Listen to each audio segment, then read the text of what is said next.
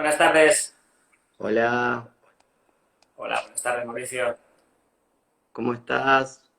¿Me escuchás bien? Muy bien. Yo te escucho bien. ¿Me escuchas bien tú? Muy bien, muy bien. Vamos a esperar que Perfecto, se conecten un poco. perfecto. Bueno, ¿cómo estás? Te agradezco mucho, te agradezco mucho que hayas accedido a esta invitación. Un placer, encantado. Gracias a ti para ofrecerme esta invitación. Encantado, un placer. ¿Cómo ¿Cómo estamos en estáis por aquí? España? ¿En qué Bien. parte de España estás? Estoy en la zona de Lleida, que está en Cataluña, que está Ajá. cerca de Barcelona, para que la gente lo conozca más fácilmente. Seguramente cuando escuchamos España se conoce Barcelona, Madrid y es lo más conocido, estar más cerca de Barcelona, exacto. ¿Por Argentina qué tal? ¿Cómo estáis? Y ahora hace frío, hace Ahora hace frío. frío. En donde estoy Claro. yo hace frío y en varias zonas ha estado nevando ayer. Así que pero bueno, es así. Acá donde estoy yo hay mucha humedad y está frío y pero estamos bien, Eso, estamos eso es lo bien. importante. Eh, bueno, se está uniendo mucha gente. Me llamaba la atención porque siempre hacía los vivos tipo 6 7 de la tarde, pero es muy tarde para la hora española y bueno, eh, me gustaría que te presentaras y que nos comentaras quién sos. Me llamó la atención el libro porque sos autor de un libro sobre cáncer, estrategias, y la verdad que no hay mucho material. Hay, pero en realidad no hay mucho material y me parece novedoso el abordaje holístico y me parece que creo mucho en generar tribus y en generar apoyos colectivos entre profesionales que van rompiendo paradigmas. ¿No? Entonces, eso lo veo muy loable y por eso quiero aprender y conocer tus abordajes y por lo menos tu mirada, porque es una mirada que se va construyendo. Bueno, yo soy Alex Pamies. Nosotros desde la empresa familiar siempre nos hemos dedicado al cultivo de plantas medicinales y ahí fue un poco el inicio sobre todo de mi pasión por este mundo. O sea, hace ahora aproximadamente 12 años que estoy en ello y sobre todo, bueno, cuando hay gente que me dice, ¿cómo te definirías? A mí no me gusta tampoco decir ciertas No, titulaciones. Yo no soy médico, en esto primero de todo decirlo. De lo que me he especializado más ha sido en fitoterapia clínica, que es lo que como nosotros tenemos en la empresa familiar. Actualmente tenemos un vivero de plantas medicinales. Podemos considerar de los más grandes de Europa. Tenemos más de 250 variedades de planta medicinal en vivo, además de lo que podemos hacer en seco, en otras cosas. Y bueno, en mi día a día siempre estoy pasando consultas de forma continuada y eso fue hace aproximadamente 5 o 6 años, en una tesina de una de las formaciones sobre oncología, hice pues sobre oncología integrativa esa finalización del curso. Y cuando finalicé ese trabajo, compañeros míos me decían, ¿por qué no lo editas? Y dije, ya lo haré. Y no lo hice, lo dejé de lado porque el día a día, por temas de trabajo, no me daba el tiempo. Y hace 2 años aproximadamente me puse manos a la obra y, bueno, como has comentado, salió el libro que es llamado Prevención y Tratamiento Integrativo del Cáncer, sobre todo hablando de la alimentación, de plantas medicinales y de otras estrategias de todo tipo. Está referenciado con más de 2.000 estudios científicos, que yo creo que es algo que en general cuando hablamos de terapias naturales es interesante referenciarlas con la evidencia científica que haya detrás y más en un tema tan complejo con el cáncer, porque seamos sinceros, o sea, es un tema complicado, no podemos pretender que haya un milagro, una planta milagrosa que nos lo sane, ojalá fuera así. no, Entonces, por eso la idea es problematizar, porque en realidad mucha gente me consulta porque en realidad ese es el problema, que es como un engranaje donde tenemos que abordar muchas cosas y no es, vos lo has dicho, no es una sustancia que va a solucionar un problema, sino que es una serie de medidas donde la curación la va a generar la persona, pero en realidad nosotros somos herramientas y con estas herramientas que tenemos, una es la fitoterapia sistémica, otra el estilo de vida, o la alimentación, los ritmos circadianos, etcétera, etcétera. Me parece que es un cambio en el modo que está viviendo la persona y también empezar a acompañar procesos. Cada paciente es único para mí y me parece que ese es el cambio que tenemos que ver, porque a lo mejor el tipo de terapia que estamos viendo es clonar a lo mejor estrategias para todos iguales y bueno, y replantear ciertas cosas básicas que me parece que están como sacadas de la agenda, como es la alimentación, como es la nutrición, que prácticamente no está en la agenda de la oncología clásica, que lo hemos hablado y lo hablo con colegas principalmente, que directamente uno lee a lo mejor algún estudio, pero principalmente no tiene como abordaje la nutrición, que para mí es un pilar fundamental en la sanación. Lo veo en patologías autoinmunes, lo veo en patologías crónicas, a lo mejor se dice la génesis de la patología o las causas, pero cuando llegamos a la nutrición, a lo mejor hay un párrafo que dice, bueno, en un tipo de alimentación básica, es como que está subestimado y me parece que es un tema que fundamental, que lo tenemos que complementar a este tipo de terapias para acompañar.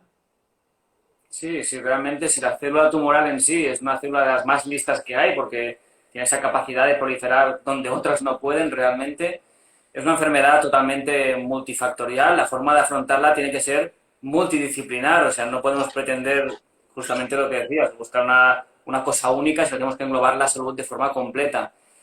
Y sí, y posiblemente uno de los problemas igual de la medicina convencional, que en muchas ocasiones se basan en las pruebas y en los protocolos, que lamentablemente también se usan protocolos en las terapias naturales, sin ver más allá del paciente. O sea, yo creo que ahí lo que has comentado es clave, la individualización de un tratamiento, de una visión a esa persona es clave y más en la patología oncológica. O sea, no podemos ver enfermedades sino ver personas, que es lo que tenemos que estar mirando continuadamente en estos aspectos. Y sobre todo, lo que creo que tenemos que intentar cuando hablamos de estos aspectos tan importantes de salud, y más en la enfermedad del cáncer, es que, bueno, cuando hablamos de terapias naturales, que se dicen a veces alternativas, yo siempre considero que es integrativa, complementaria, Totalmente. cada uno tiene que decidir qué hacer. Yo nunca voy a decir que alguien deje un fármaco, o sea, todo suma y Seguro. cuanto, incluso con la nutrición o con la fitoterapia, hay estudios comparativos de que cuando se hacen las dos cosas juntas es más eficaz que individualmente ellas. Ujú. Y en relación a la nutrición, en tu libro, que todavía no lo tenemos en la Argentina, también tenemos muchas aristas, no hay un abordaje único.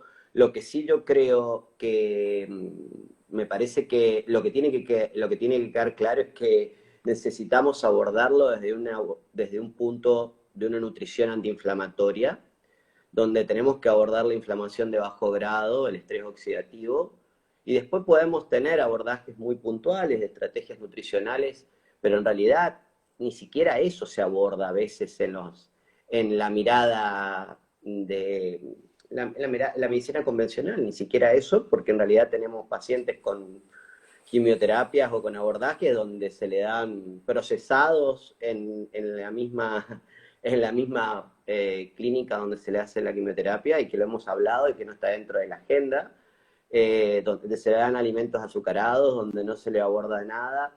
Y eso me parece que es un gran quiebre. Después tenemos que decir, bueno, ¿qué tipo de abordaje podemos hacer en cierto tipo de pacientes, en cierto tipo de tumores?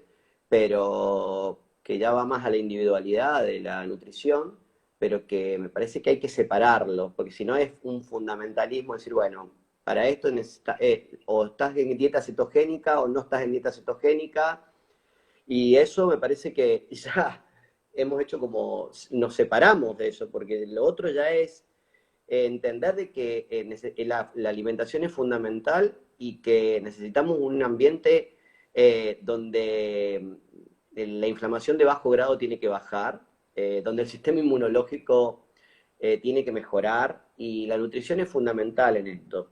No sé cómo lo has abordado o qué experiencia tenés.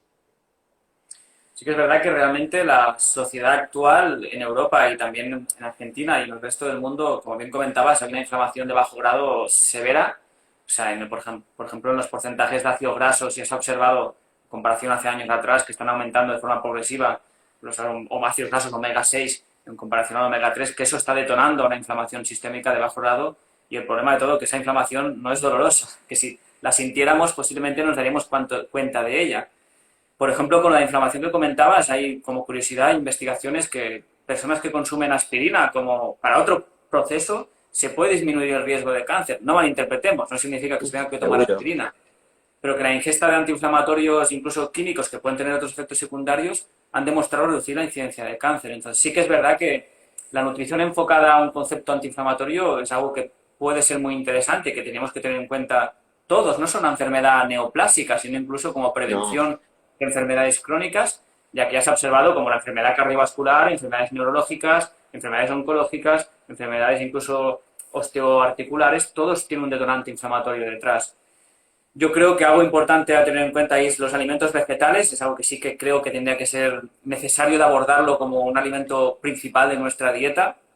Como comentabas, la dieta cetogénica sí que ha demostrado algunas eficacias en diferentes situaciones, sobre todo en epilepsia, fue el inicio de su clínica, en tratamientos oncológicos e en gliobastomas también, pero bueno, tampoco, a mí no me gusta dar nunca un nombre a una dieta porque yo creo que una persona es mucho más que esa dieta con un apellido. O sea, tenemos que tener un hábito, un estilo de vida correcto y puntualmente carbohidratos, por ejemplo, si son de alta calidad, no serían problema. O sea, hay ciertos tipos de frutas que nos pueden aportar ciertos beneficios en efectos antiinflamatorios, como bien comentabas, por sus polifenoles, por sus compuestos activos, entre otros. Entonces yo creo que sobre todo la ingesta de verduras sí que es clave y luego aportar diferentes tipos de sustancias que van a modular esa inflamación, como pueden ser, por ejemplo, las típicas especies o tubérculos como cúrcuma o jengibre, que no sé, en Argentina igual usáis más especies, pero aquí en España somos mucho de sal y de poco más, no usamos especies aromáticas tipo En el tomillo, albahaca. caso, en la experiencia mío, la cúrcuma la utilizo mucho en estos pacientes.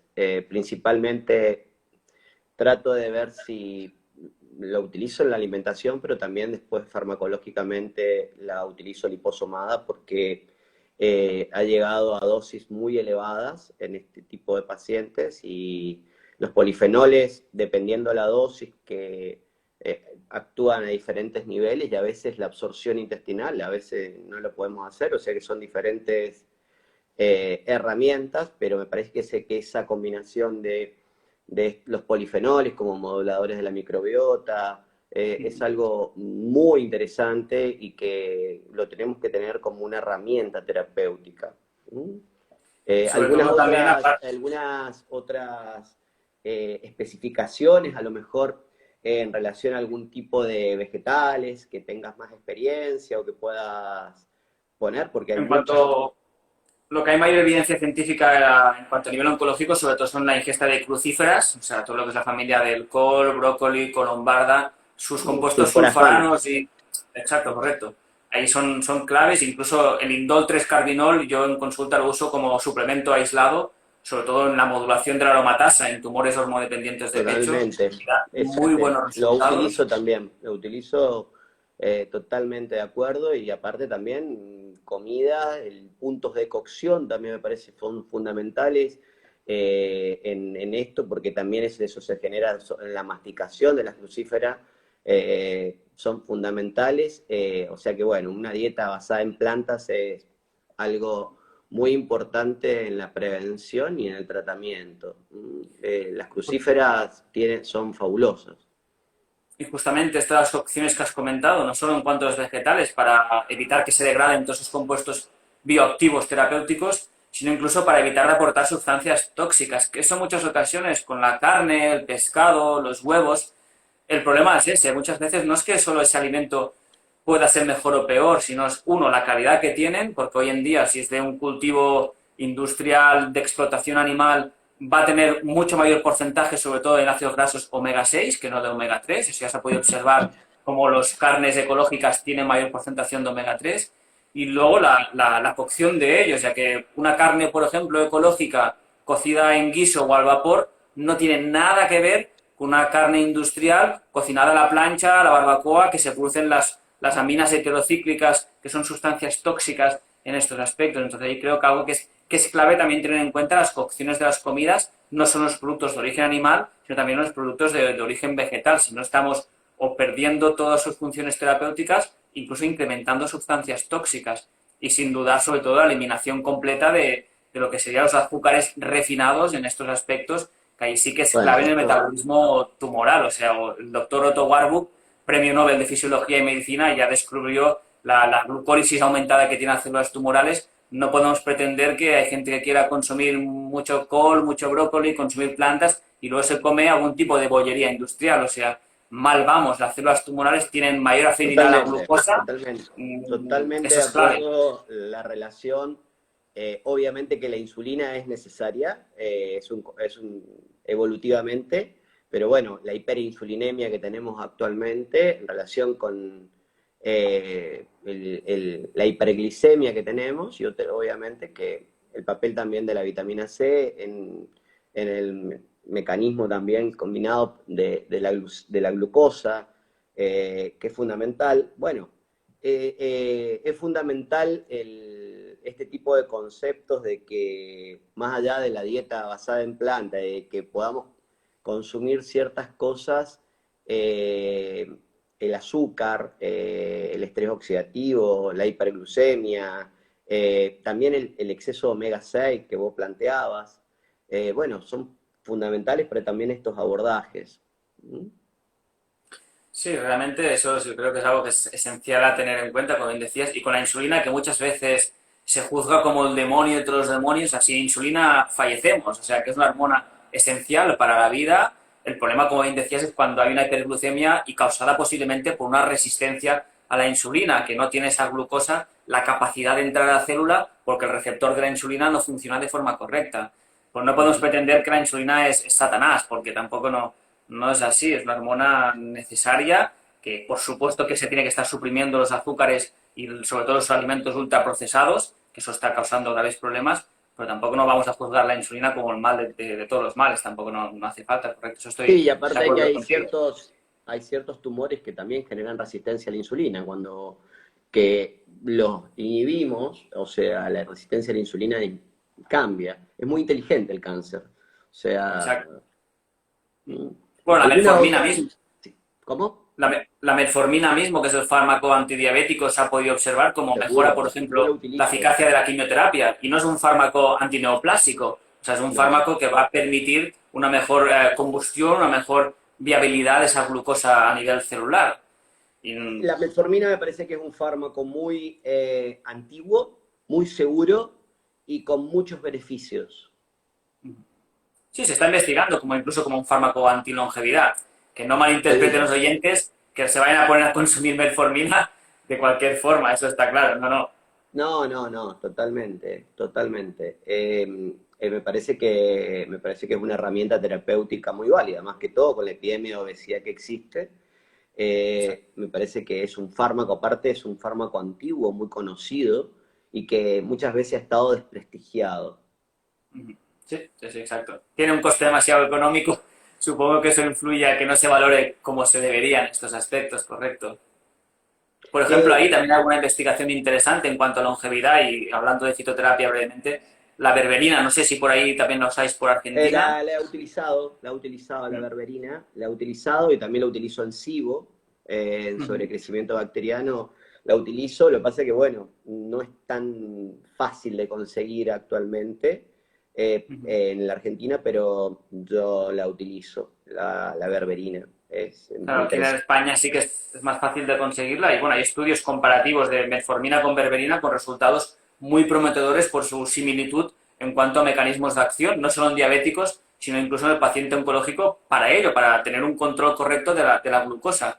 Y aquí, por ejemplo, supongo que en Argentina también, en España la prueba más fiable que tenemos a día de hoy para detectar tumores sólidos es el PET-TAC, donde su contraste aplicado es el 18-FCCG, que es el isótopo de flúor con una glucosa, que según dónde va la glucosa ahí está el tumor. O sea, no podemos Sí, pretender pero no abordar el ese PET.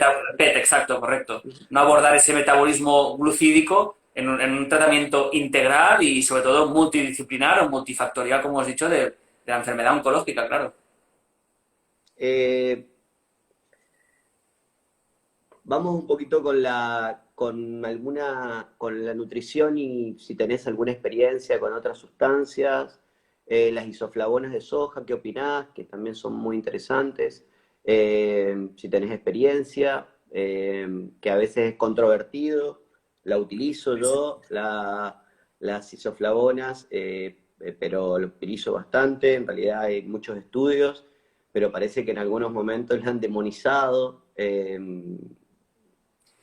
Claro, con estos favonas, como dices, hay controversia. O sea, sí que se ha demostrado que es un antioxidante muy potente y que puede ser interesante en diferentes aspectos, incluso en la microbiota, sobre todo por la producción de ácido butírico, que en estos aspectos mejoraríamos todo el enterocito intestinal en estos aspectos. En cuanto a nivel oncológico, la curiosidad que hay, como el debate que suele haber, que hay algunas investigaciones que afirman que puede ejercer efectos preventivos frente al cáncer de pecho o cáncer de próstata. En cambio, cuando es más juzgado es para estos tipos de tumores hormonales. Entonces, yo nuevamente las isoflavonas o la soja en sí no suelo usarlo en cuanto a nivel nutricional la soja, principalmente porque la mayor parte de ella es transgénica y es uno de los Totalmente. motivos que en estos aspectos no me gusta. En cuanto a su aporte, si queremos consumirla como legumbre, yo creo que es algo que puede ser interesante, más que no la gente que se toma 2 litros de bebida de soja diaria en estos aspectos. Yo ahí sí que eso de esta forma no lo haría, por ejemplo.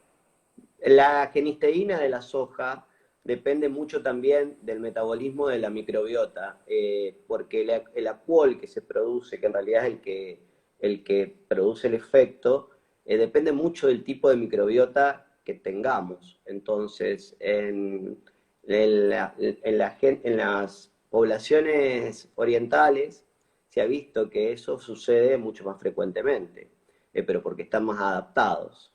Entonces, obviamente que yo no utilizo soja porque acá en Argentina la soja prácticamente es toda transgénica, pero en realidad en pacientes determinados he utilizado isoflavonas y con muy buenos resultados, obviamente acompañado de otra fitoterapia y generando sinergia con otras cosas en tiempos cortos, porque es interesante. A veces el efecto antiestrogénico que tiene y a veces potenciador del tamoxifeno, por ejemplo, en cáncer de pecho, porque a veces se ha visto en muchos trabajos que es potenciador del efecto, también es interesante. Pero como todo hay que contextualizarlo, ¿m? Hay que contextualizar este tipo de terapia, no es blanco-negro, hay grises y hay que ir viéndolo. Sí, aparte de la microbiota, ahí también la biotransformación hepática de estrógenos también es clave. Justamente ya se ha visto en tumores hormonodependientes que en muchas ocasiones el desequilibrio en la fase 2 de toxificación del hígado puede ser un detonante en que haya un tumor hormonal o no, porque si hay una mala conversión del estrógeno en sí, por vía de aromatasa, que tiene una influencia hepática importante, no solo la microbiota ahí. Entonces, como bien decíamos, yo creo que abordar una patología en un protocolo tienes que abordar a ese paciente de todas las formas que puedas tener y ir observando en qué situación la microbiota es clave, como decías, la A mí, biotransformación hepática y si se está haciendo a mí me tratamientos parece que, bueno, oncológicos, por aún más. la experiencia, por lo que voy viendo clínicamente, más allá de algunas evidencias, eh, el hígado es fundamental en la patología oncológica. Esto que la detoxificación de los estrógenos en fase 2, fase 4, 16, es fundamental. Y la historia de esa persona es fundamental porque el hígado también se relaciona con muchas emociones muy fuertes y el hígado después tenemos que entender de que si el paciente está sometido a un proceso como una quimioterapia, tiene un hígado que soporte cierta, o sea, que acompañe. Entonces es fundamental trabajarlo, el tipo de alimentación, la microbiota, el estroboloma, me parece que eso, el hígado, hay que darle soporte. Sí, no solo si está haciendo tratamiento, sino lamentablemente con la Antes cantidad de... también, obviamente.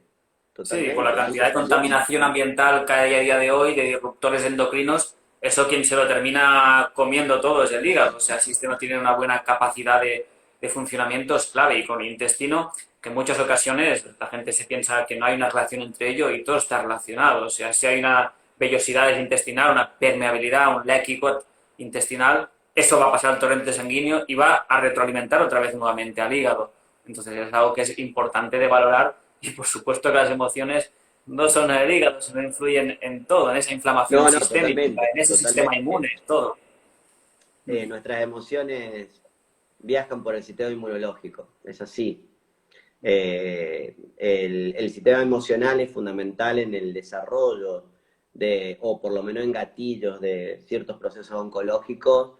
A lo mejor tiene que estar todo preparado el terreno, pero en realidad hay ciertas emociones o ciertos desencadenantes que uno ve que a partir de ciertos procesos el paciente, una persona puede desarrollar un proceso oncológico. O sea, cada vez más la programación epigenética nos puede enseñar más de esto, de que en realidad no tenemos una predisposición, es muy poco, pero bueno, la epigenética, el modo de vida, las emociones, la alimentación, los tóxicos, que son la mayoría de factores modificables, que bueno, ahí está el arte también del abordaje, que me parece que va por ahí.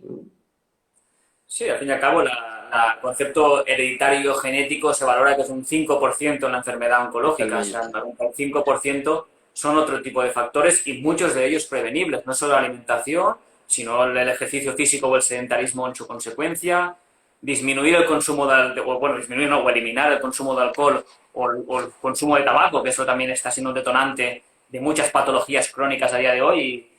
Y bueno, eso con la fitoterapia yo lo que muchas veces no entiendo, que por ejemplo aquí en España muchas veces hay restricciones en cuanto a lo que se permite o lo que no se permite en el mundo de la fitoterapia o de la suplementación ortomolecular. Y ahora mismo han prohibido aquí que no se use la aloe vera según qué compuestos por su cantidad mínima en aloína, que es uno de sus principios activos, que Sí, sí que sí, es sí, verdad que la es aloína de la limitante. aloe vera, no te puedo creer. Y ahora pues están prohibiendo ciertos productos de aloe vera, pero luego te vas a un supermercado, puedes comprar alcohol libremente, puedes comprar productos industriales llenos de bollería, tabaco, o sea, yo no entiendo mucho la lógica que hay a día de hoy de según qué prohibirlo y según qué no en estos aspectos. Entonces, bueno, yo creo que eso es un poco con la graviola mismo, la Annona muricata. En Argentina me parece que eso no ha sucedido. Aquí en España No. nos han prohibido la comercialización de la hoja de graviola. O sea, se ha prohibido y se está comercializando exclusivamente el fruto. Y donde hay mayor principios activos antitumorales, por ejemplo en la graviola, es en la hoja, no en el fruto. Entonces, me parece lamentable un poco esa persecución en cuanto a sobre todo ciertos compuestos activos que se está haciendo. Comentame un poquito, ya que estamos, comentame un poquito tu experiencia eh, eh, con la graviola, por ejemplo, con esta fitoterapia que yo le llamo sistémica, porque me gusta. Comentame cómo te manejás, cómo lo abordás, porque también es el arte del terapeuta también esto es interesante. Tu En el abordaje experiencia en la oncológico, fitoterapia. en el abordaje oncológico nosotros siempre también somos un poco diferentes del resto en este aspecto. Intentamos siempre mirar un poco la autosuficiencia de la persona y por eso siempre que podemos usamos la fitoterapia en su forma ancestral, por decir de una forma, que es el uso de infusión o de cocciones. Otras opciones sí que tienes que recurrir a extractos por su biodisponibilidad en ciertos compuestos, como la cúrcuma bien has comentado, pero nuestra primera preferencia es la fitoterapia por ello. Sí que la suplementación ortomolecular puede ejercer grandes Seguro. beneficios. Yo siempre como primera opción uso la fitoterapia clínica en estos aspectos. Normalmente el abordaje que intento afrontar en el paciente oncológico son 3 puntos claves. Intento tener, por un lado, abordaje antitumoral, o sea, hay gente que a veces, que ahora sí que luego lo repasamos cada uno de estos grupos, que es lo que puede ser más interesante. En cuanto a abordaje antitumoral, la gente se cree que solo me tomo eso y el tumor desaparece. Repito, ojalá fuera así, no es así. Las sustancias antitumorales son consideradas antitumorales por diferentes mecanismos. O sea, estimulan la apoptosis, que sería el proceso de suicidio celular selectivo. Pueden también ejercer efectos antiproliferativos, antiangiogénicos, o sea, la angiogénesis es la producción de nuevos vasos sanguíneos que va a hacer en estos aspectos que el tumor pueda seguir alimentándose y producir una metástasis. Entonces, uno de los abordajes que siempre tengo en cuenta es aportar sustancias antitumorales, se esté haciendo o no tratamiento quimioterapéutico, porque muchos de ellos se han visto como pueden complementarse y van a mejorar por sinergia su efecto terapéutico. El segundo abordaje a tener en cuenta sería mejorar justamente esa biotransformación, o sea, sobre todo sí teniendo el hígado como clave, o afrontar la sintomatología más específica. O sea, si la persona, por ejemplo, no tiene unos parámetros de hígado muy alterados, no tiene una insuficiencia respiratoria, no tiene una insuficiencia renal, no tiene una sintomatología prostática debido a ese tumor ahí, afrontamos una biotransformación suave para ir ayudando a que drene todo su cuerpo de forma correcta y como tercer pilar el sistema inmunológico, clave en la proliferación tumoral. Entonces intentamos siempre afrontarlo con esas tres vías claves en el mundo de la fitoterapia. Abordaje antitumoral, abordaje de biotransformación o sintomatología clínica y sistema inmune. Esto que planteabas de la alteración de la apoptosis, para la que la gente lo conozca un poco más fácil, porque a veces decimos algo y lo damos como que la gente lo sabe. Entonces, bueno, la apoptosis, igual que la autofagia, son fundamentales también como parte de estos procesos oncológicos, es la ineficiencia de la producción de energía a nivel mitocondrial, y muchas veces, bueno, también se tiene como la reparación mitocondrial, porque es fundamental. Cada vez sabemos que la mitocondria cumple más un papel fundamental en las patologías crónicas y degenerativas, y estos procesos de reparación y de apoptosis, de muerte celular programada que van eliminando, se pierden. Entonces, esa capacidad de perderse hace que los tumores a veces se puedan perpetuar, se generen, y para hacerlo de una forma mucho más fácil, porque es más complejo, pero que ese papel de la pérdida de la autofagia y de la apoptosis tiene que ver con la alteración mitocondrial, y que en realidad hay muchas cosas que juegan ahí, tanto la luz, los micronutrientes, la acidez, el estrés oxidativo, la inflamación de bajo grado, la angiogénesis, el aumento de la glucemia, el déficit de ciertos nutrientes como la vitamina K, K2, la vitamina D, el omega 3, que son fundamentales para que se produzca esto, y que muchas veces la fitoterapia ayuda mucho a que se pueda regenerar estos procesos.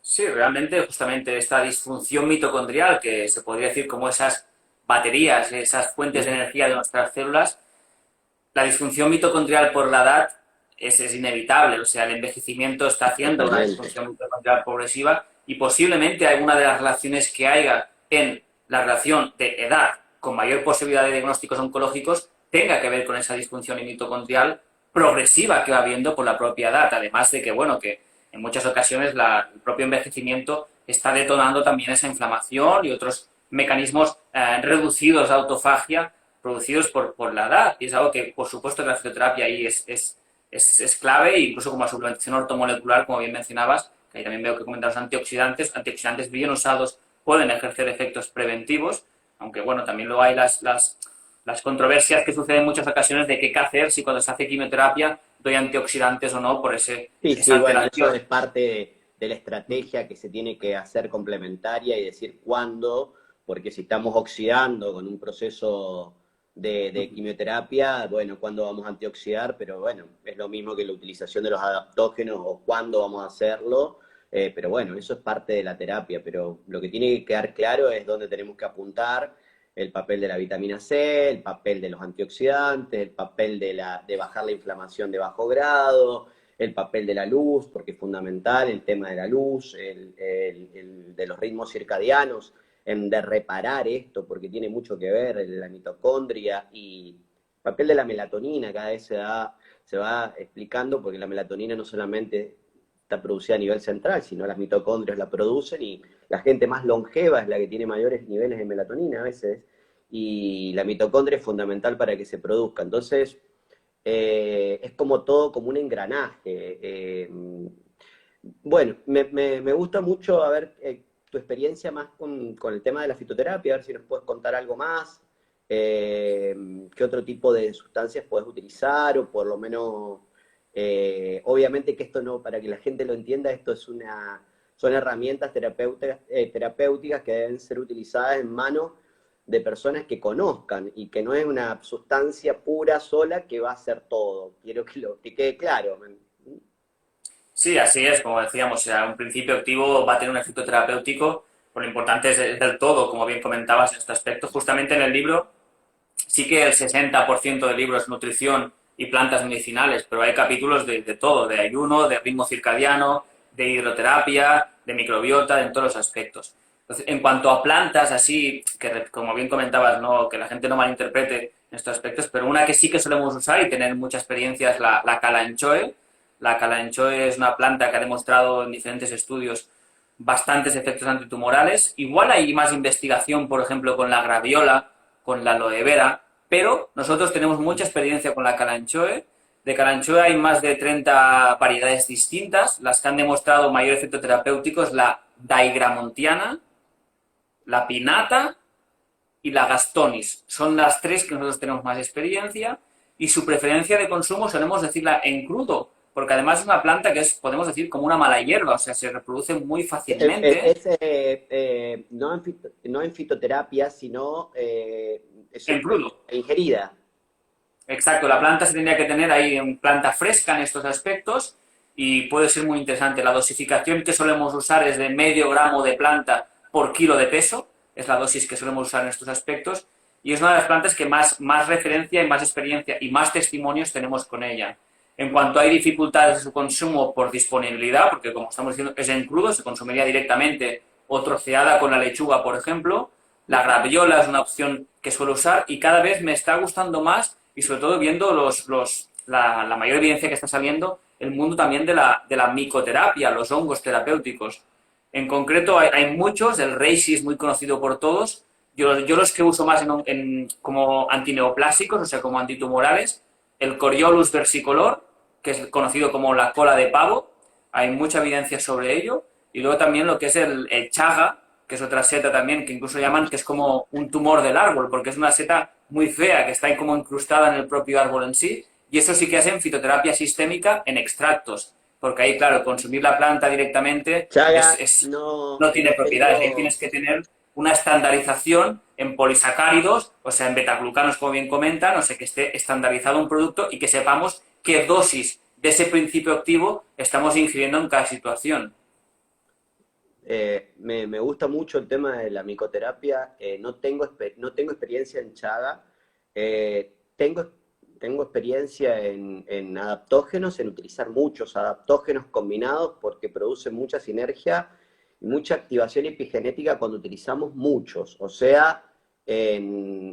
Utilizar reishi, rhodiola, equinacia, astrágalo, uña de gato, ginseng, Chisandra, Maitá, que a veces nos cuesta conseguirlo, Palo de Arco, Golden Seal también, pero después cada uno en combinación, dependiendo del tumor que es, me parece que aparte tenemos una ventana de dosis bastante con los adaptógenos que nos podemos extender sin tener efectos colaterales, que es bastante interesante y que me parece que cuando se genera sinergia, o sea, me parece que es un mundo que todavía nos falta mucho por aprender y por conocer, si bien hay mucha gente con mucha experiencia, mucha gente que tiene mucha experiencia, me parece que las combinaciones y esta cuestión de las sinergias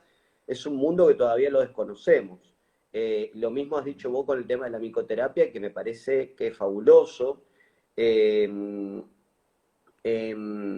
bueno, a mí me parece el tema de los adaptógenos también es un tema interesante. No sé si utilizás. Sí, eh, de los que has mencionado, aquí los que suelo usar más es el astragalus, sí que lo suelo usar también en extracto. Nosotros lo trabajamos en infusión, pero en un proceso oncológico siempre prefiero en extracto para conseguir unas dosis efectivas, que eso es muy Sí, importante, sí, porque yo una cosa está... lo utilizo en Exacto. extracto o algunos que no conseguimos en tinturas, Ujú. pero generalmente en dosis generosas. O sea, mi experiencia es dosis generosas.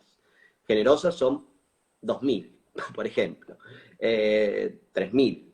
Que a veces eso no está dentro, pero para que uno necesitamos este efecto hormético, lo Exacto. necesitamos con unas dosis generosas. Obviamente que se va haciendo paulatinamente, pero se ha visto el efecto este epigenético con dosis interesantes.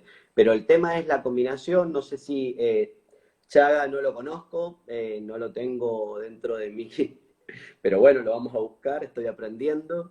¿Qué otra No sé si cosa? trabajáis aquí con la melena de león, el Ericum Melena de León erinaceus. estamos tratando de conseguir. Estamos Es muy tratando de interesante. conseguir. Esta, sobre Estamos. todo en tumores digestivos, sí que ha demostrado mucha eficacia, porque es un hongo que ha demostrado mejorar la mucosa gástrica y epitelial del intestino.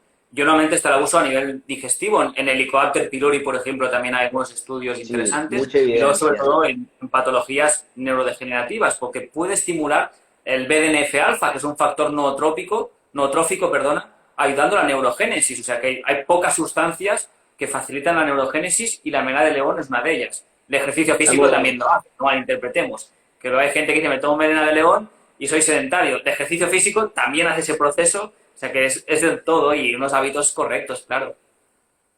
La melena de león, más que todo lo que trabajamos, no somos muchos, pero estamos tratando de ver si podemos conseguir. Ya conseguimos Reishi, no había mucho en la Argentina, pero tenemos lapacho, que lo tenemos en el árbol acá, que se da acá, y el lapacho es muy interesante también, y hay mucha fitoterapia del Amazonas, que Mm. también aporta mucho. La idea es cómo nos surtimos de estas cosas y vamos viendo de tener mayor cantidad de herramientas. Acá preguntaban por el Cordyceps. Yo he leído, pero no lo he utilizado porque no tengo acceso. El hongo del Cordyceps. No sé si tenés experiencia. Claro, aquí en España tenemos la ventaja que todo esto se encuentra con total facilidad y de Claro. un sinfín de marcas, exacto. El Cordyceps yo lo suelo usar por dos factores principales, dejando el lado oncológico, que ahora lo detallamos. Sí, sí, Por un lado, seguro. se ha podido observar que el Cordyceps, por ejemplo, yo que trabajo está estandarizado en adenosina. Entonces, el Cordyceps es espectacular en cuanto, sobre todo, a esa mejora de energía por una mayor producción de ATP, que es una fuente de energía en estos aspectos. El Cordyceps se puso muy de moda hace muchos años en el mundo deportivo porque hubo unas carreras en atletismo, en carreras de atletismo, ganaron unas mujeres asiáticas y se pensaban que se habían dopado, no se habían dopado, habían consumido el Cordyceps y el Cordyceps al mejorar la adenosina, disminuir la fatiga, es súper interesante. Pero otra función clave en el mundo deportivo, por ejemplo en personas con fatiga crónica o con fibromialgia, que se ha observado que puede mejorar el VO2, la absorción de oxígeno, que eso es clave. Entonces, yo sobre todo lo uso en disfunción mitocondrial, lo suelo usar por ese efecto que tiene de mejorar la fatiga sin producir excitación, como hace un ginseng, por ejemplo, y en oncología lo suelo usar en procesos oncológicos donde hay fatiga, pero sobre todo en tumores de pulmón. ¿Por qué? Porque puede disminuir esa sensación de ahogo, de insuficiencia respiratoria en procesos de asma, de bronquitis o tumores o adenocarcinomas pulmonares, también puede tener especial interés ahí. Eh, Me preguntan Reishi, bueno, ya hablamos un poquito. Bueno, mundo deportivo, rodiola, bueno, yo la utilizo mucho, mucho la rodiola. Me parece que a nivel del eje hipotálamo suprarrenal también funciona muy bien, dando Muy buena energía. sinergia con la ashwagandha, la rodiola. Ashwagandha la utilizo muchísimo para bajar el cortisol nocturno, para conversión de T4 a T3, hipotiroidismo, dosis generosa. En un momento no conseguíamos la raíz en la Argentina. Nos daban la hoja. Y yo le digo, pero bueno, es importante leer los protocolos y tener la persona que hace magistral, la farmacia o la que hace fitoterapia, tener una buena relación para poder entender lo que está llegando y dudar de todo. Sí, Eh, exacto. Sí, porque con la ashwagandha yo en su día había usado algunos productos, incluso de la raíz, y comparas con otros a veces y los resultados no son los mismos, porque por ejemplo los vitalinoides, que son los principios activos de la ashwagandha, ahí son claves y claro, en la hoja pocos hay, donde hay más es en la raíz, como bien comentabas, y sobre todo también que la fitoterapia es espectacular, tiene muy buenos resultados, pero que sean también productos de calidad, o sea, y que el profesional que lo recomiende cada situación lo combine como es debido. Por ejemplo, si la ashwagandha tuviera mucha cantidad de witaferina, que es uno de los compuestos de witaferina A, que tiene mayor toxicidad, se tendría que tener precaución en estos aspectos. Entonces, yo ahí siempre sugiero eso, que en estos lives que se hacen son muy interesantes, pues luego que el profesional que cada persona valore y pregunte le pueda orientar qué estrategia seguir en cada situación, claro. Me preguntan del ginseng. Estoy viendo porque estoy interaccionando con el público, si no te molesta, pero por lo menos para Ningún ir problema, para claro. nada. Hay mucha gente conectada, por eso ginseng, bueno, yo utilizo tres ginseng, el ginseng americano, el siberiano y el eleuterococo, que es Ujú, el eleuterococo, el siberiano y el coreano. Para ujú. cada cosa, no sé si vos tenés alguna experiencia, los utilizo bastante para menopausia, para trabajar combinado con astrágalo y a veces con Vitex. Los utilizo bastante en combinaciones. Son muy interesantes. No sé si tenés alguna experiencia, utilizás ginseng, pero me preguntaron acá. El eleuterococo sí que lo suelo usar, más también como adaptógeno, justamente como has comentado, en situaciones de desequilibrios, incluso psicoemocionales, en estos aspectos. El ginseng puro y Inmunológicamente duro, es muy bueno. exacto, correcto. El Panax ginseng, ya el ginseng típico, prefiero evitarlo porque como es un poco excitante, hay personas que les puede causar taquicardia o insomnio posterior, y entonces prefiero usar otro tipo de adaptógenos, o cuando hay una fatiga, prefiero usar sustancias como el Cordyceps, la D-ribosa, usar Sí, la otras de estrategias. ribosa es como en fibromialgia, yo lo Es utilizo fantástica. muchísimo En porque fibromialgia, una combinación que da muy buenos resultados es la D-ribosa con creatina, que lo usan los deportistas para masa muscular, pero ya se ha visto que hay reservas de fosfocreatina en todo el cuerpo, con coenzima Q10 y magnesio. Estas combinaciones en fibromialgia y fatiga crónica dan unos resultados espectaculares realmente. me preguntan qué más.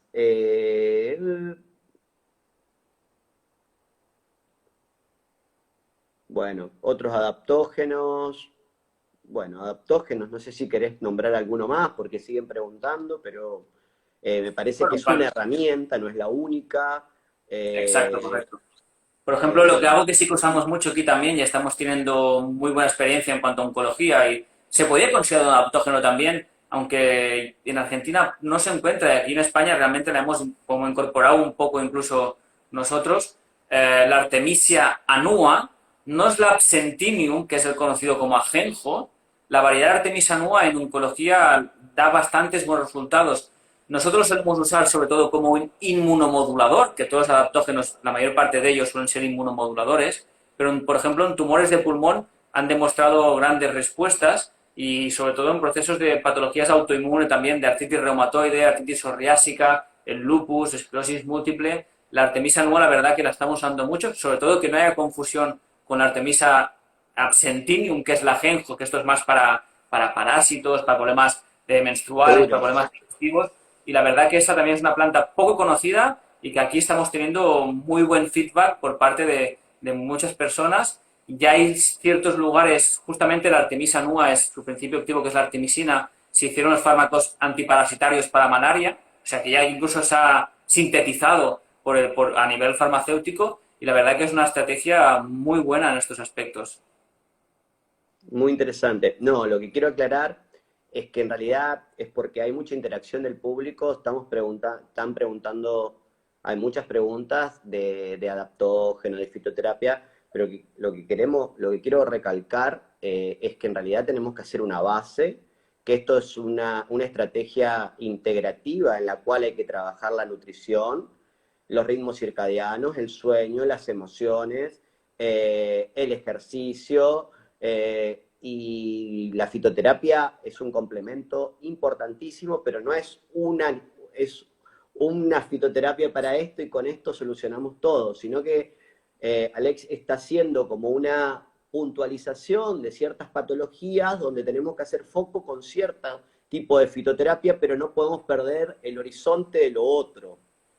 Exacto, correcto. Lo que decíamos antes, no vamos a ver planta, enfermedad, sino vamos a ver persona, que hay delante en estos aspectos englobando, porque hay muchas personas que, como bien dices, o sea, ese ajuste del ritmo circadiano, que a mí es un tema que me apasiona, o sea, es algo que realmente es espectacular y que es algo que no se da la importancia que se debería y ya se ha visto como trabajar por turnos, por ejemplo, aumenta el riesgo de cáncer, por ejemplo, lo que bien comentabas antes de la melatonina, que la melatonina sí se produce en unos horarios correctos y sin una luz adecuada, que las luces azules están produciendo una disrupción circadiana severa y el siglo XXI es el mundo de la tecnología y esas luces están haciendo que no generemos melatonina y la melatonina, si es un gran antioxidante, va a aumentar esos radicales libres, entre otros aspectos. Como bien decías, ahí, sobre todo en tumores de pecho, sí que se han hecho muchas investigaciones de las cantidades de melatonina secretada por la orina, como las mujeres que tienen menos cantidad de melatonina,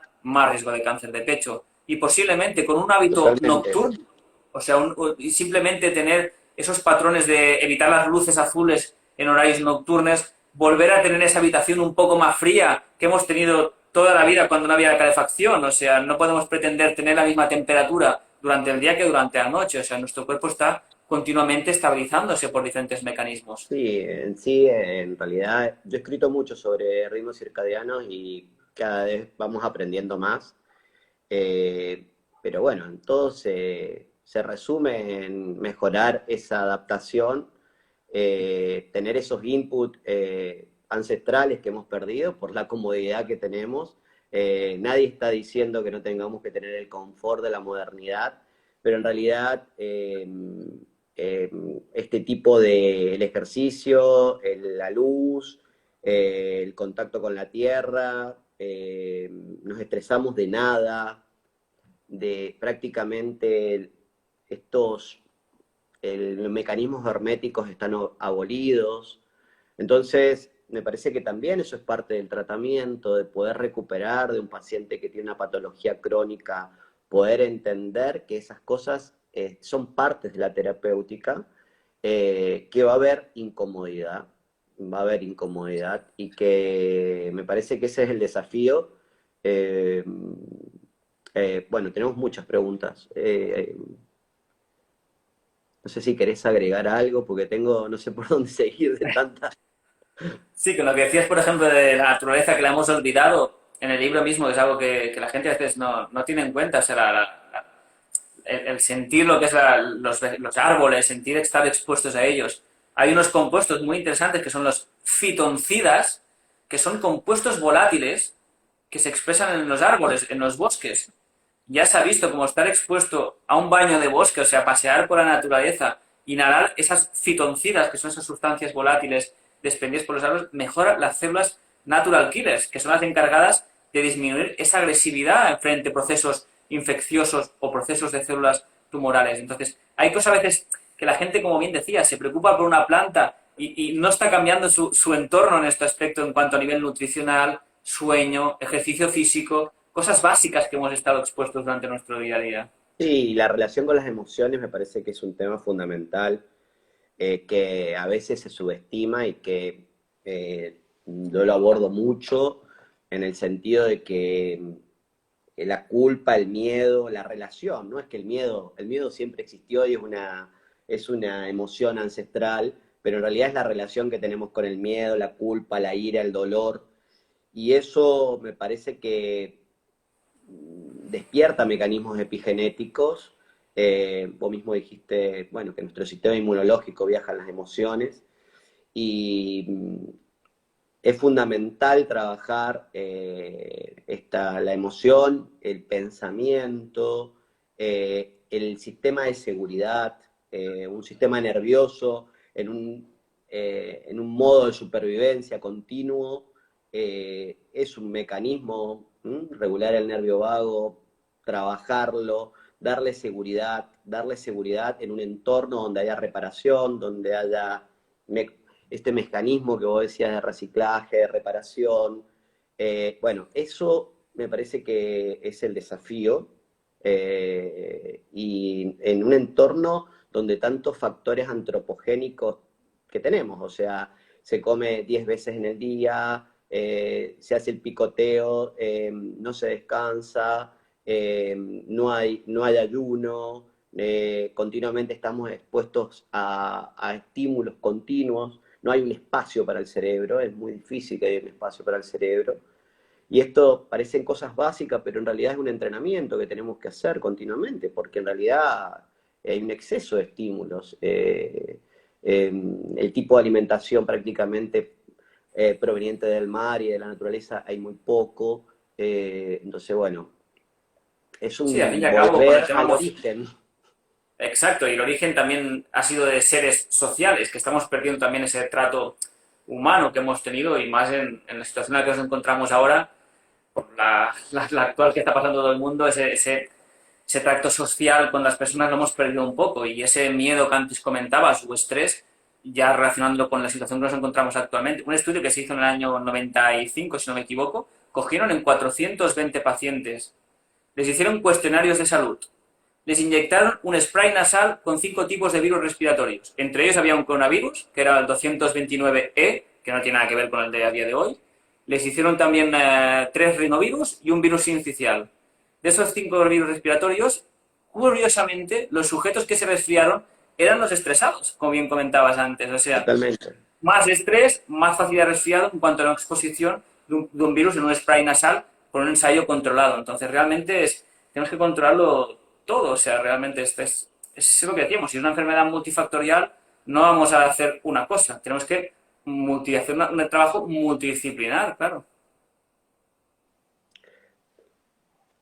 Bueno, tengo un montón de preguntas. No sé si, a ver si tengo otra.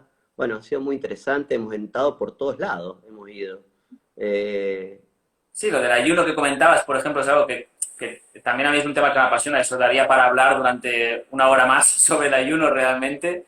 Pues sí que es verdad que cuando se habla, por ejemplo, de dieta cetogénica en muchas ocasiones, yo creo que una de las ventajas del ayuno es que justamente estamos haciendo ese switch, ese interruptor metabólico de permitir que nuestro cuerpo se vaya adaptando a diferentes situaciones que ha perdido esa costumbre. Entonces es algo que se relaciona en algunas ocasiones, aunque no tiene nada que ver una cosa con la otra, pero darle ese reposo digestivo, ni que sea incluso de 16 horas al día, o sea, tampoco nos falta que sean Totalmente. ayunos A mí me largos. parece que el ayuno también es parte de cómo reparamos el ritmo circadiano, porque al reducir es como, es eso, o sea, es a reducir esa ventana, es acercarnos más a cuestiones ancestrales y A lógicas la de. fisiología, incluso podríamos decir, o sea, Totalmente, totalmente, totalmente. Aparte, y obviamente que en una persona los procesos terapéuticos deben ser paulatinos, es igual que la exposición al frío, o sea, acá nadie está planteando porque una persona que tiene poca mitocondria no lo vamos a poner en un ambiente y ponerlo en el frío de repente, si no tiene un proceso de adaptación, igual que someterlo a una dieta cetogénica, porque tiene que tener recursos para que las pueda hacer.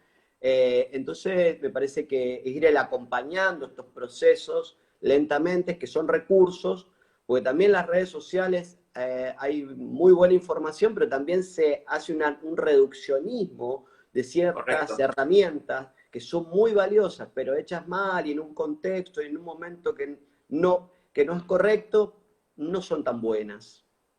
Así es. Y que en muchas ocasiones, en algunos aspectos, a veces se valora con las redes sociales, como bien decías, que si se sigue siempre un patrón de personas que siempre recomiendan lo mismo, da la sensación que esa es la estrategia única.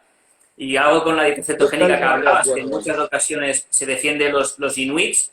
Los inuits ya se ha visto, por ejemplo, que pueden tener unos hígados más agrandados en estos aspectos, con mayor glucogenogénesis. Entonces, realmente, muchos inuit no están en cetosis, o sea, realmente han tenido una adaptación, una mutación, podemos decir, para preservar la glucosa donde no la hay. O sea, que no tenemos que estar solo obsesionados con una cosa, porque encerrarnos en un aspecto yo creo que es el peor error del ser humano, y que solemos hacer en todos los No, no, aspectos. totalmente. Así como un montón de tribus amazónicas o tribus bolivianas, que las conocemos más de cerca, o no son tribus, son pueblos originarios, son muy longevos y su base es una alimentación basada en tubérculos. Exacto. Entonces, en realidad tenemos que ver que no es una dieta inflamatoria, son alimentos que provienen de un ambiente natural, donde hay mucho movimiento, donde tiene una relación muy directa con la tierra. Entonces, bueno, tenemos que empezar a ver, sí, bueno, es sumamente importante la insulina, el papel de la inflamación, pero tampoco es todo, y me parece que hay que empezar a ver que no hay texto sin contexto, dependiendo dónde estemos, el contexto. También esas poblaciones hay que entender la relación que tienen con el estrés, la relación que tienen Exacto. con la percepción.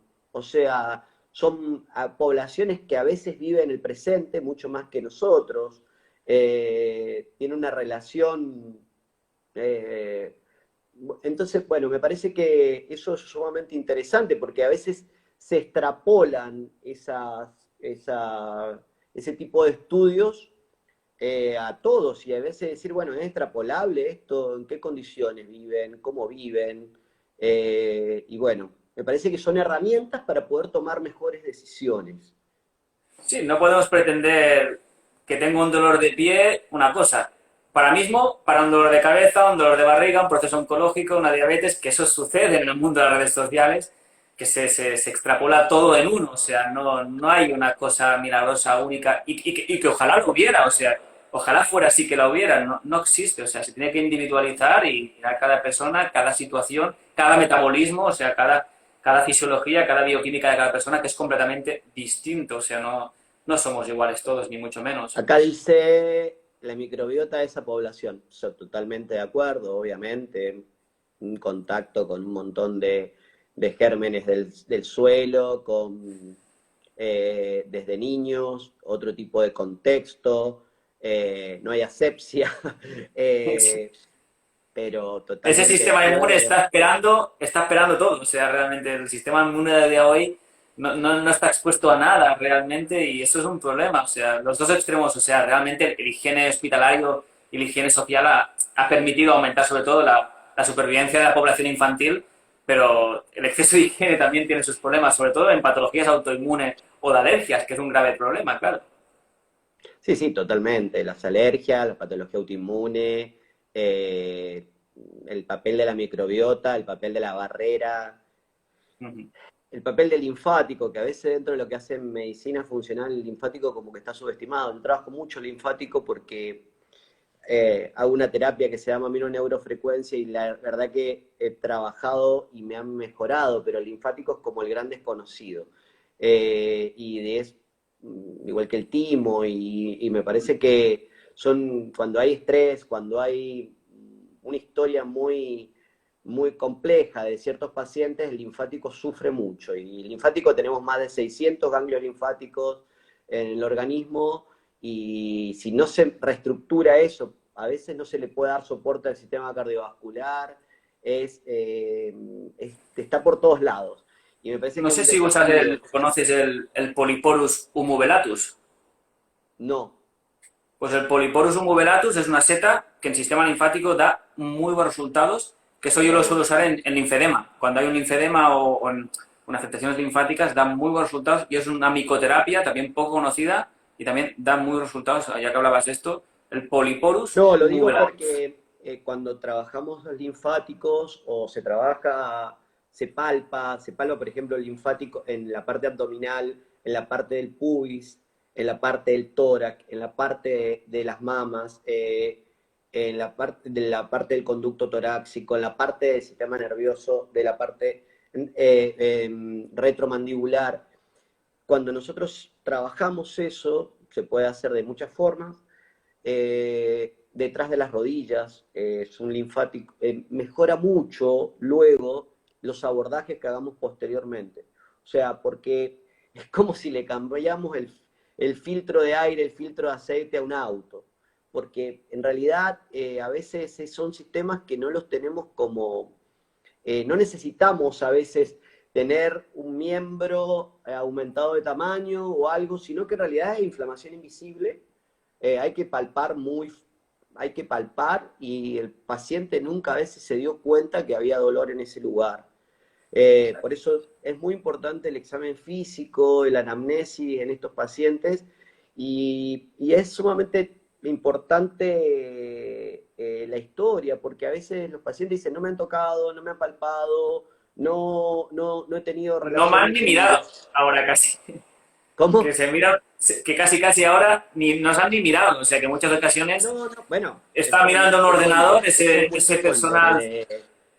ese personal Eso sanitario está mirando en un ordenador sin mirar a la persona, que eso ya es, o sea, ese trato indirecto casi, ya no hace falta ni que vayamos casi en la clínica, o sea, realmente yo creo que ese trato humano, como bien dices, de observar y que siempre se había hecho, mirar esa lengua, qué color tiene, o sea, son cosas que Mira, la semana que viene tengo, ya que, porque es el primer vivo que hago, creo que del año, porque digo, bueno, lo iba a hacer con vos, no estaba haciendo vivos, y la semana que viene hacemos uno con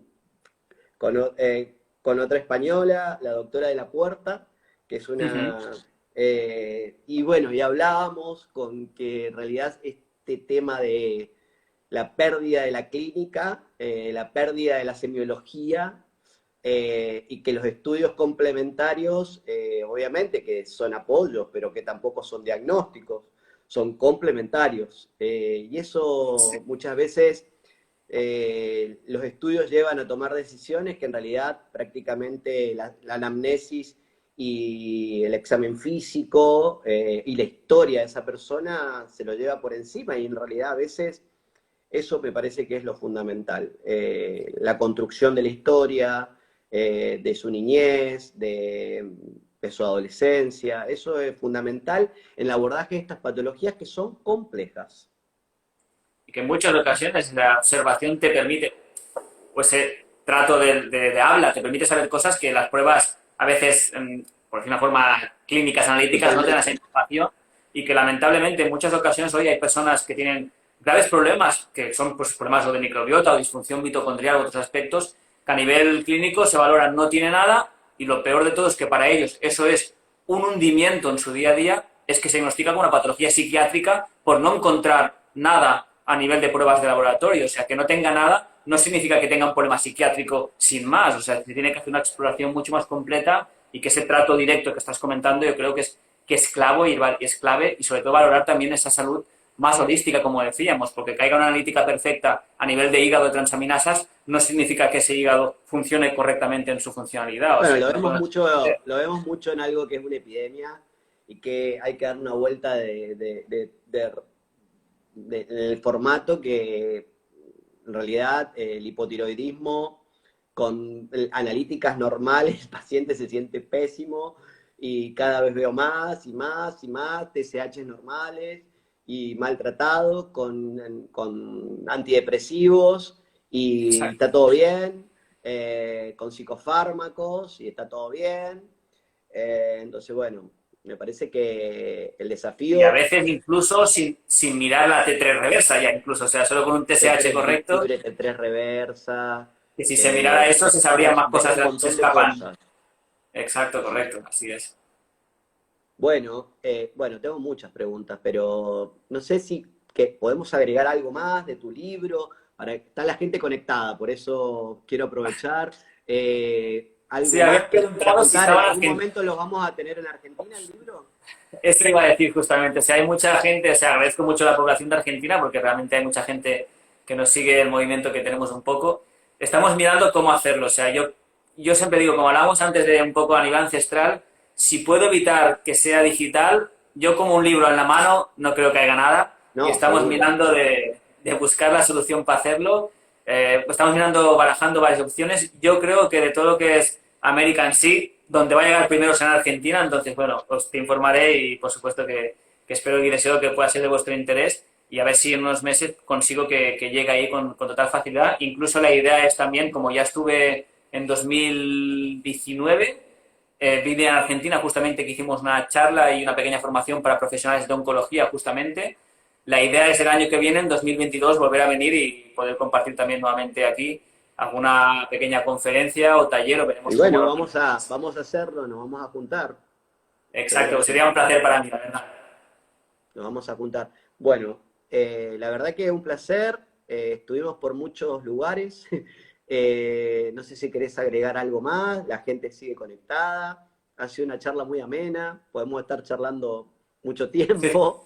La idea es que esto sea como un puntapié, en realidad una ayuda. Nosotros en estos conversatorios no queremos dar tratamientos, sino que estamos problematizando un abordaje de unas patologías complejas.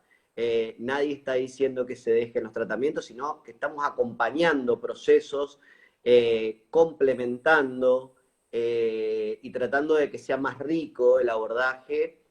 Y que la persona decida. Yo trabajo con muchos oncólogos y también acompañamos este tipo de procesos para que sea más rico el transitar. Yo creo que es muy importante lo que acabas de decir y que decir a todos los oyentes que no se crean nada de lo que hemos dicho. O sea, realmente que investiguen por su cuenta y que crean Totalmente. su propia verdad realmente. Porque lo que una planta le puede ir bien a uno, a otro no le puede dar ningún tipo de resultado. O sea, yo digo que no nos crean nada de lo que hemos dicho, que investiguen por su cuenta, que Sí, busquen con profesionales. eso es muy importante. También es porque el conocimiento es dinámico y hay que dudar de todo. Y la verdad que generar un pensamiento crítico. Y la Exacto. idea es esa, generar un pensamiento crítico. ¿Mm? Así Así que, es, así bueno, es. te agradezco muchísimo, un placer. Ojalá que nos podamos conocer y vernos y compartir conocimiento. El placer es mío, Mauricio. Muchas gracias por la invitación y bueno, estamos a disposición de lo que haga falta y bueno, sería un placer también conoceros presencialmente y poder dialogar y compartir más información. Un fuerte abrazo. Bueno, muchísimas gracias a todos que están conectados, así que bueno, muchas gracias a todos y les agradezco esta tarde y la noche en España. Hasta luego. Hasta luego, buenas noches, gracias. Chao, un placer. Gracias.